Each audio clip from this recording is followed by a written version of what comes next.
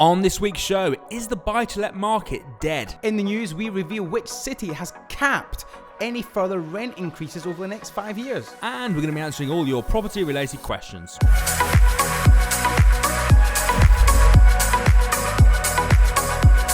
Welcome to the Property Investors Podcast. Thanks so much for tuning in. Make sure you subscribe so you never miss an upload. You can catch us on Apple Podcasts, Spotify, and YouTube. Enjoy this week's show and don't forget to share it with all your friends. Hi, I'm Russell Leeds. I'm Alasdair Cunningham. And welcome to this week's Property Investors Podcast.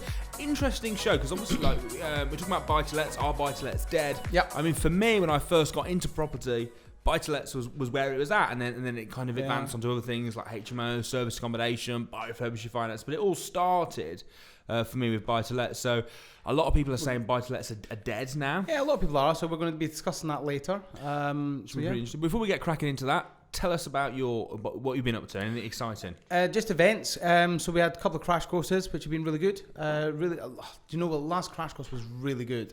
It was a very intimate room. There was only about 250 people there.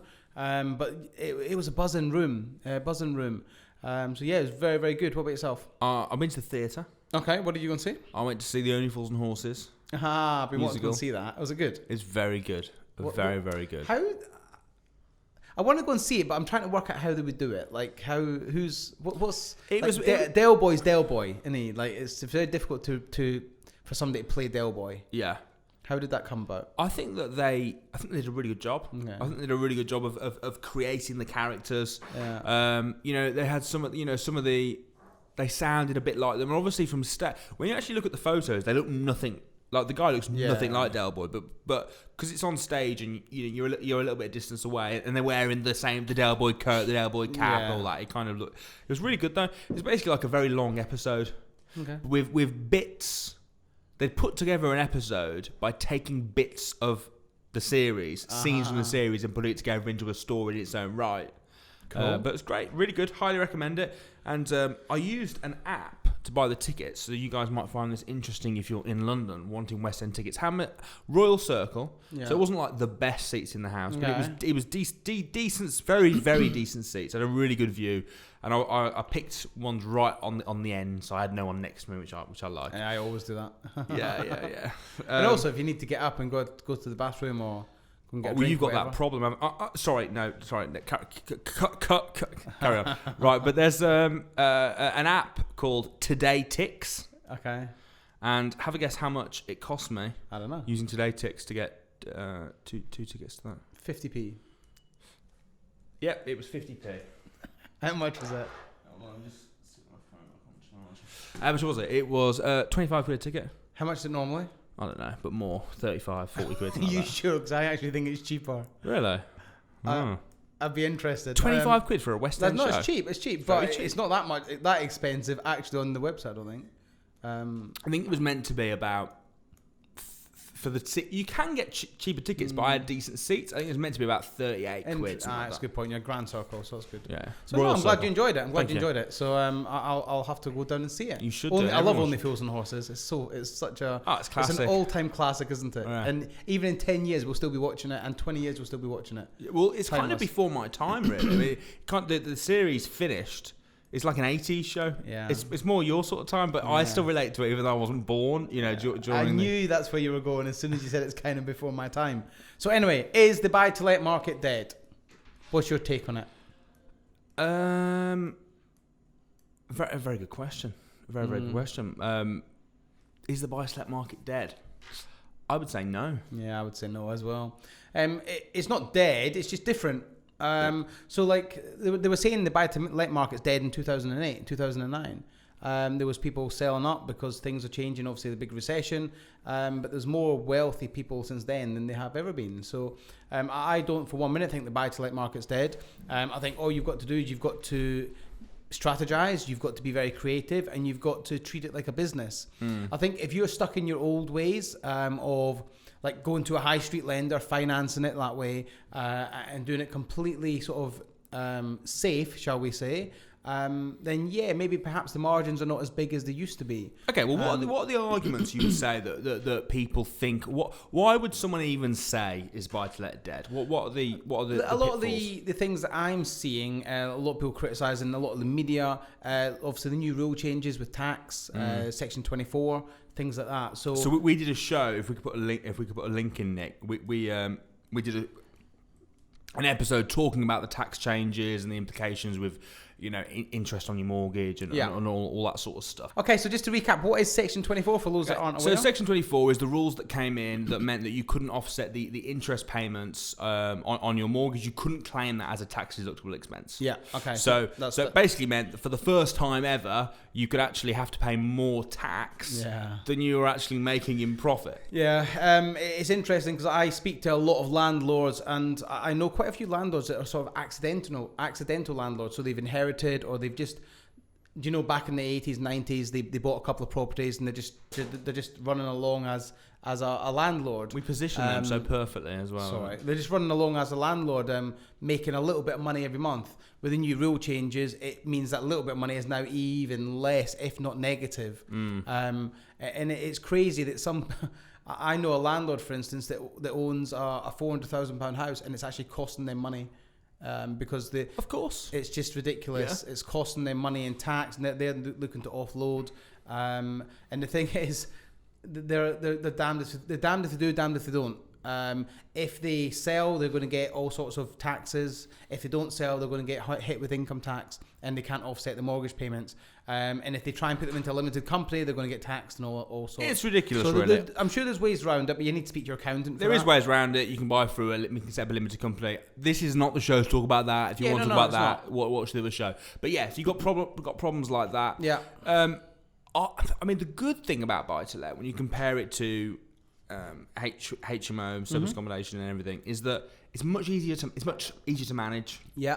So even if you're not managing it, there's a case of you have to manage the manager, don't you? So if you've got like a HMO manager in place, even though they're the one who's ultimately responsible. You're the landlord. You're the one that's names on it. You're the one that's on the AST contract. It's your responsibility. It's fundamentally, it's going to be you in court if something goes wrong. So if they have problems, if they have voids, whatever it is, obviously it falls on you. With a buy-to-let, it's much easier. You don't have to find a specialist. Anyone, any sort of high street letting agency, absolutely, can rent out a property. You'd like to think. You'd like. There's a lot of very incompetent letting agents. You would like, and from my experience, they do. Yeah. From my experience, they do. So I think the lessons here. Look, if you're old school and you've inherited a couple of properties, or you've just happened to acquire a few properties over your time, because fundamentally, property investment will always make money. Fundamentally, over time, absolutely. But if you're like, let's just say you're an old school investor, for instance, you're very stuck in your own ways. You've got a couple of properties that you're just renting out as a single let basis, and now you're being hit massively by changes, by rules. Get creative. Like, maybe can you use them same properties and get more money from them? So could you, for instance, run them as service accommodation, or run them as HMO, or holiday letter for whatever. Just get a little bit creative and brothel. Well, maybe. But what what I'm trying to get at is every property should have more than one exit strategy. So if your only exit strategy is as a single let property, then maybe start looking at it. And so I think the lessons here are, when you're buying, make sure you've got multiple exits. If it won't work as a single let because you're not going to make enough money because of the rule changes, could it be run as a HMO, or could it be run as a service accommodation? Do you know what I mean? So just get creative with how you're doing things. I think as long as you know what you're doing when you go into it. I think where they were really unfair is they tend to target the amateur investors, don't they? They target and make it difficult for them. So as long as you know what you're doing, why do they do that? I wonder, why is it they do that? Why is it the establishment, the government, the banks, everybody, whoever makes these rules, why is it they always seem to target the small guy who's got 2 or 3 properties, or he's got a small business? Why? Because they're an easy target, aren't they? It's the same as why do the government target small business owners? Yeah. It's a case of you the more money you earn, the more tax you pay. Yeah. Until you get to a certain level where it reverses. That they're targeting the everyday, because a few reasons. Number one, there's a lot more of them. Yeah. And number two, they're an easy target because they don't know what they're doing. Yeah. A professional will look at it and change it, and the professionals will move with the times. Yeah. So they're just targeting people that don't know what they're doing because they're an easy target and they'll make more money. There's a lesson. You've just got to be flexible and move with the times. Always. I think you've got to always be looking at what the markets are doing, what rule changes are coming out, what's going to affect your business. Because let's face it, if you're a property investor, you should be treating this like a business, not like a side hustle. Treat it like a business, act like a business. Treat it like it's a high street retail shop. If suddenly there's a load of changes come in, you move and you be fluid so that you can avoid them impacts and avoid them hits. Well, it's particularly and just move on. Particularly easy to make that mistake on something that's giving you a passive income. Because in your head, this is passive, I'll leave hands it, off. Ignore it, hands off. No, it's fine, carry on. But it's the same with businesses, isn't it? Look 100%. at companies like Blockbuster. Yes. Blockbuster had the chance to buy Netflix. Didn't take it. And we're like, no, we will stick with our video shops, thank you very much. Yeah. Because they didn't move with the times. I mean, the world right now is changing faster than it's ever changed before in history. Yeah. So if there's any time where you need to be adaptable, you need to stick to change, you need to be making moves and going with the flow, it's now. Whether that's property, whether that's business, whether that's whatever it is. Move with the times. You need to move with the times. Look into this, right? So for instance, 10 years ago, rent to rent was not even a thing. I think it was a thing, but it wasn't. Not many people knew about it. Come on, not like it is today. Service accommodation was not a thing. Like nobody was doing it, or very, very few. It was a people. thing again. It just wasn't. It was a thing. It just was. I mean, think about it. Holiday lets. It's an extension of that. Yeah, but not the way we see it today. The way we see it today, it's growing a lot. It's growing massive, and it's now the thing. If 10 years ago, if you were looking to go away on business, you wouldn't even entertain staying in an apartment somewhere. You would just book into a local holiday inn or travel lodge or whatever, Premier Inn or whatever it was. So you wouldn't even look at booking.com to look for apartments, you would just book into the local hotel. That is what happened. Or a B&B. Back then it moved B&B. Look at the way people shop, differently. Everything's online. The world is moving so fast. If you want to keep up, you have to move your business to keep up. Otherwise, your business will fail. And this is the thing you're seeing all across the country, like B&B owners. They're struggling to compete with service accommodation because they're refusing to move with the times. And that's why you're seeing so many bed and breakfasts for sale on Rightmove. There's thousands of them that are they're not profitable, they're not making any money, and they're trying to offload, they're trying to sell because service accommodation, which is the new thing, has come along. The B&B owners have not moved with the times, and now they're getting impacted. So for them, investments are not good. But to say buy-to-lets are dead is a very blanket statement, and I think it's fear-mongering. It's people that are stuck in their ways of doing it old school. But B&Bs, for example, they're in a great position because they've got these big properties with rooms, and they could very easily just systemize it into a hands-off HMO, highway cleaner. Do you know what I mean? They're in a great situation to adapt, but they don't. Because they're just like, no, this is how we do it. And it's the same with singles. So buy-to-lets very much are not dead. No, I agree. But they've just changed. Like you said, I think you summed it up really well. The first sentence, what you said, they're not dead, but they've changed, and you're right. So what are the lessons to take away if you're looking to education? I think education is super, super key.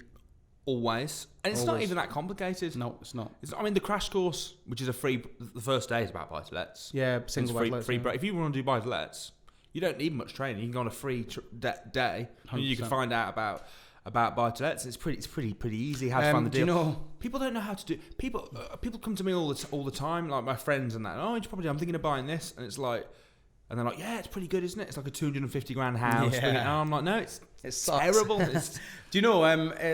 2 weeks ago, I ran a crash course in Birmingham. No, in London. Was it London? Anyway, I think it was London. It was the Millennium Gloucester. Yeah, Millennium Gloucester. Chelsea, yeah, that's it. So I ran a crash course, and on day one, I was doing the whole finding the deal online on the stage, and I done that. I've actually put an offer in that house yesterday. Did you? Yeah, the deal I found was that good. It was very, very good. So it's a property in Warrington, and it's a repossession, which is fine. But it's worth about 85,000. We've had offer accepted at 42.5. So fair place. Yeah, it's literally half. It was on the market for 50, and we got it down to 42.5. Have you got to spend much money on it? Pricing's come back about 13,000 for refurb. So make It should be good. Yeah, it should be. Make a bit on that. Buy yourself a new Porsche. Yeah, we're waiting to see. So offer's been accepted, but it's a company sale, repossession. So you could literally get to completion and just pull out and it just get gazumped. However, we'll see what happens. But that's interesting that we found that on day one of the crash course. I found it day one of the crash course, and it's funny because like hundreds of people would be in the room and saw you. I mean, none of them have. I gave them all the opportunity to jump on it. I said, "Look, who wants it?" And a few were like, "Yeah, I'll have it," but nobody went to do it. Gave everyone the opportunity to jump on it, and no one took him up on it. And I went. What? What? My life story. And I went up, viewed it. We've had builders go out. We've priced it up. Numbers work at what we've offered, and it's provisionally been accepted. So, boom, nice, shaka. On that bombshell. Boom. Right, it's now time for this.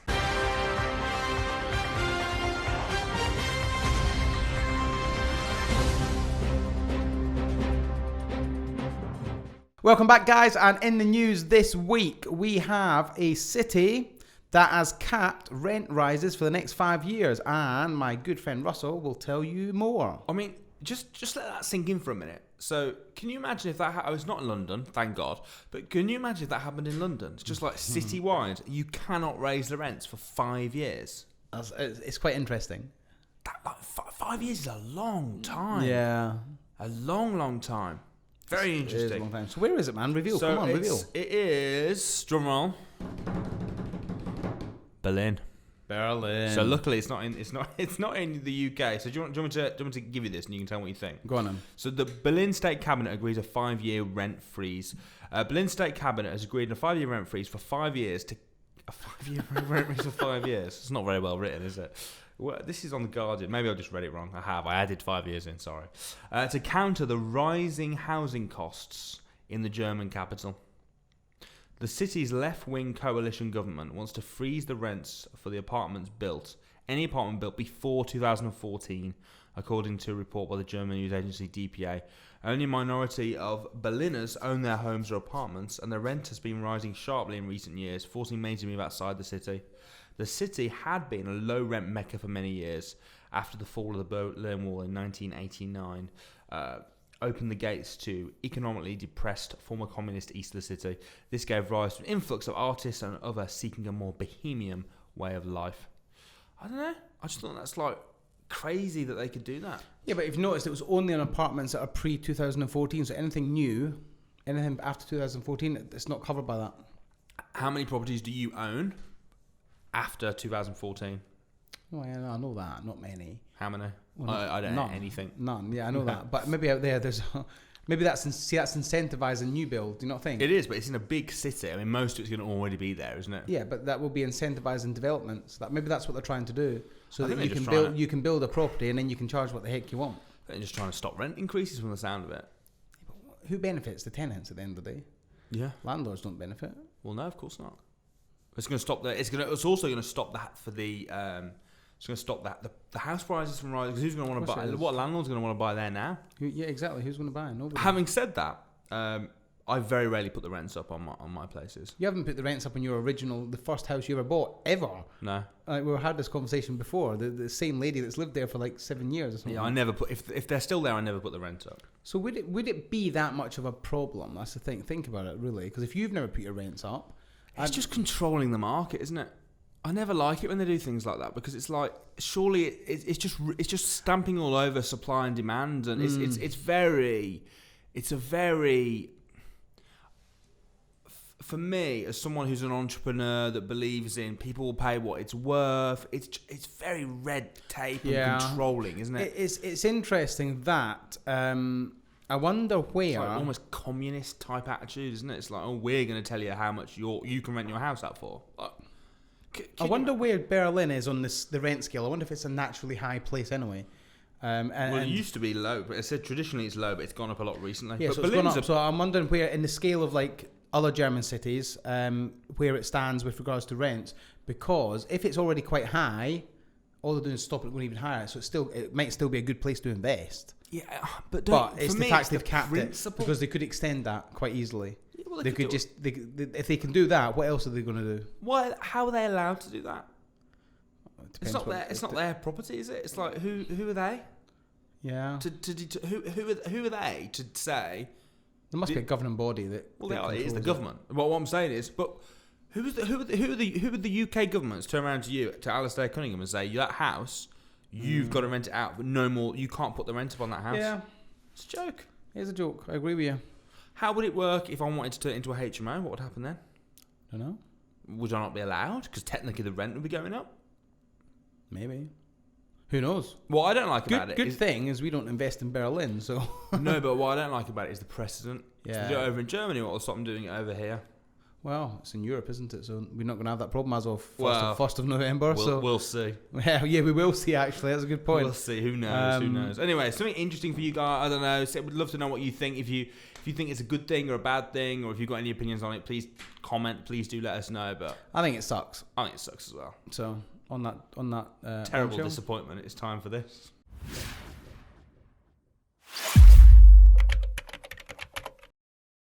Okay, so it's time for the questions and answers. You're looking very tall, Alasdair. Okay, so if you ever want to ask a question, by the way, please go on the Facebook group Property Investors with Samuel Leeds. We tend to do a Facebook Live in there every now and again where you can come on and ask questions, and then we answer them on here. Okay, so the first question is from Steve Bench. Hey Steve, keep up the good work. My question, although it can vary, in your experience, guys, how many hours do you think makes the best productive average working day or week for a full-time property investor? Cheers or cheers even. Cheers. Steve. It depends how much you want to get out of it. I mean... How quickly do you want to get successful? How quickly do you want to get out of it, out your job, for instance? Well, I suppose he's put full time. Full time. So I suppose it means so this would apply for a property investor, for a job, for anything that you're doing. So if you're running a business, which it's business, in this case a full time property investor, it's a business. How many hours a week would you spend on it? I would spend as much as possible. Because that's just what I'm like. I like to make sure things are done properly, and give me a number. What do you think is a productive number? See, I know people that say, for example, you should work 4 hours a day. Yep. Because then you can go full out for 4 hours, absolutely non-stop, and then you can do something else. And if 4 hours, absolute non-stop, is more productive than most people's 9 to 5. I completely agree with you. The thing is, I couldn't put a time on it, but because I'm always... like my life doesn't stop because of property, but then property doesn't stop because of my life. I mix it and I combine it. So like some days I might spend all day doing property, and I might spend all day doing whatever I've got to do. Then other days I might not touch it. I might not even think about it. But let's say you were thinking to yourself, 4 to 6 hours. 4 to 6. Yeah. Is that all? Do you reckon? Yeah. But the thing is, we both do more than that. Right, so then we should answer. This is not really a question I can answer, to be quite honest. Of course it is, because he's asking you, because he wants to model it on someone. Fine, I spend 7 days a week thinking about houses, thinking about property, thinking about my next move. That's true. And I might not spend 10 hours a day doing it, but instead of watching EastEnders at night, I'm looking and thinking about, and I'm strategizing about property. I'm strategizing about the next event, the next this, the next that. So we're talking about... So just all the time. I'm always thinking about property in my spare time. So it's quite sad, really, that I don't really have much of a social life. But that I choose this. I choose to be heavily involved in property. I choose to get on with it because I want to be super successful in it. Yeah. And if I've got to spend loads of time doing it, then I will. Don't be that person that says, "Oh yeah, I'm going to do this," and then literally won't give it any time, because you'll never get anywhere. The amount of people that I say that. The amount of people that I see that want to become deal sourcers and they want to be really, really good at property. Now, that's not investing, that's becoming a property entrepreneur. But the amount of people that come to me and say, look, I want to find investors. And I'm like, great, how many networking events do you go to? And they're like, well, I went to one like every couple of months. I'm like, well, that's rubbish. You're never going to build a business doing that. No. So if you want it, you've got to get out there and you've got to do it. If you want to build investors, you get out there and you network 3-4 times a week. I would start small. I would think it's all about consistency, isn't it? So if you're going to go networking, don't just go once a week, maybe. The same event every time. Yeah. What I always say, for someone that's starting out in property, although normally, to be fair, it is alongside their full-time job, but you want to be doing a minimum of 7 hours a week. Yep. Absolute minimum of 7 hours a week. So if it's your full-time job and you're going all into it. Personally, my full-time job, I work like I'm similar to you guys. I work all the time, but if you're gonna be doing it alongside something else, just allocate some time, whatever you think. I don't think there's a right or wrong answer. I don't either. I think it depends on how quick you want to go and that's wrong. How much you've got on. Why is it wrong? I was joking. But instead of just think about it.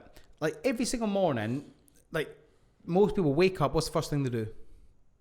Apart from you, what's the first thing they do when you wake up in the morning? Generally, most people. What's the first thing they do? What's the first thing you do when you wake up in the morning? morning? What's the first thing most people do? Most people pick up their phone, scroll through social media. That is true. Yeah, they look at their phone. Right. Don't be rude. What? They look at their phone. That's true. They probably spend half an hour in the bed looking at their phone. At night, they probably spend an hour and a half, 2 hours scrolling through social media. So instead of doing that, scroll through Rightmove, scroll through Gumtree, find leads, find deals, scroll through networking events. Just use social media, but for a better use. Next question, please. Next question, okay. This is of you in disguise. Alexander Cunningham. This is your long-lost brother. Hi, guys. Hey, Alexander. Absolutely love your podcast. This is your bro. No, I don't have a clue who he is. I genuinely don't. Just a quick one for you. Is there any way I can get a mortgage at the age of 17 up in Scotland, or do I have to wait till I'm 18? That's what you're 18. Legal, you can't get a mortgage till you can't get any finance on anything. Will it be a credit card? Will it be a loan? Will it be anything legally until you're 18? No, it's crazy, isn't it? Because you're old enough to drive, you're old enough to have children, but you're not old enough to drink alcohol in a pub or get a mortgage. Yeah, it is what it is. We we don't make the rules. We just have to play by them. So look, 18, bro. You might get a mortgage. Samuel got around it by getting it in. I think the first. I can't remember if he used me for the first one or the second one, but my stepdad. It was in some myself. Yeah. He got it in our name. He brought you into the deal, and you both done the deal. But yeah. So that's something you could potentially do. You're 17 years old, man.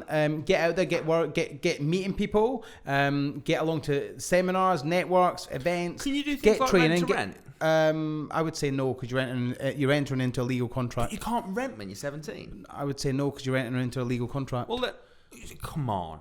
How can you not rent when you're 17? Because people move out at 16. What do you do? Maybe I'm wrong, but I personally would say no until you're 18, because you're not legally responsible. Speak to a solicitor about that. But what I'm getting at is you're 17. When are you 18? Can't be that far away. Make sure you're out networking, get to know people. You can do so much ready for when you're 18. But bear in mind, you'll probably not get a buy-to-let mortgage until you're 21. So bear that in mind. Unfortunately. Daniel Roberts, hi guys, good stuff. Do you think that buy-to-let can be hands-off with a management team in a shorter time than other strategies such as HMO service accommodation? I would say yes. Yeah, I would. Yeah. I think they're much easier because it's just one tenant. And generally, a single-let property is easier to rent in a HMO. And it's less problems. So and it's a little bit cheaper as well. Most single-let people are only 10%. You can negotiate lower than that, but generally it's 10%. Yeah. I think, absolutely. This is from Ibrahim Uddin. Mm-hmm. When trying to secure rent-to-rent HMO deals, what is the best way to approach an agent? I usually phone and ask if the landlord is open to a corporate type of agreement, and then find a lot of them say they need to ask the landlord and never get back to me, or they're just not interested. Do I need more explanation, or should I be adopting a different initial approach? That's a question for you. That's your area. Yeah, so rent-to-rent HMO deals, I would say it's easier to steer clear from your traditional high street letting agents, off Rightmove, and you're better off keeping a similar approach after a corporate let agreement, but speaking to, say, landlords off places like Gumtree and Open Rent, and there's some of the agencies on there. They're much smaller agencies, much more flexible to doing this sort of deal traditionally than your traditional estate agent. So approach is similar, but yeah, just don't go to smaller agencies and landlords direct. Yeah. Do you know I've just sent out a load of messages on Gumtree because I'm working with somebody to find a load of deals for them in and around London, and we've just sent out like 60 messages, and we've had 9 responses so far. It's pretty good. Yeah, not bad. So just literally 60 messages with a little one line script. 18%. Yeah, a little one line script. properties that match the criteria we're looking for. And we've had 9 messages come back this morning saying, yeah, we're open to conversations. Give us a call and let's discuss. So I've got a lot of phone calls to make this afternoon, trying to get these deals secured for the investor I'm working with at the minute. So yeah, Gumtree is the way forward for these sort of things because you're direct to vendor and you've got a mix of apartments and HMOs. Yeah. All right, last one. Advice for a 17-year-old wanting to become a deal sourcer. Get yourself along to the crash course. Learn about it. Learn how to find good deals. Learn how to find investors. Get your terms and conditions correct and in place. Get all your legal paperwork in place. Get your compliance in place. Make sure you're trading legally compliant and ethically. Find deals. Find investors. Match them up. Correct paperwork. Get paid. Boom, shaka, move on. So there you go, Matty. Simple as that. Simple as that. Well, guys, thanks ever so much for tuning into this week's show. We are back next Saturday at 7 p.m. Please don't forget to listen. You can hear us on iTunes, you can hear us on Spotify, you can hear us all, we're everywhere. So please do tune in, and we look forward to seeing you next week. Cool, guys. Thanks. See ya.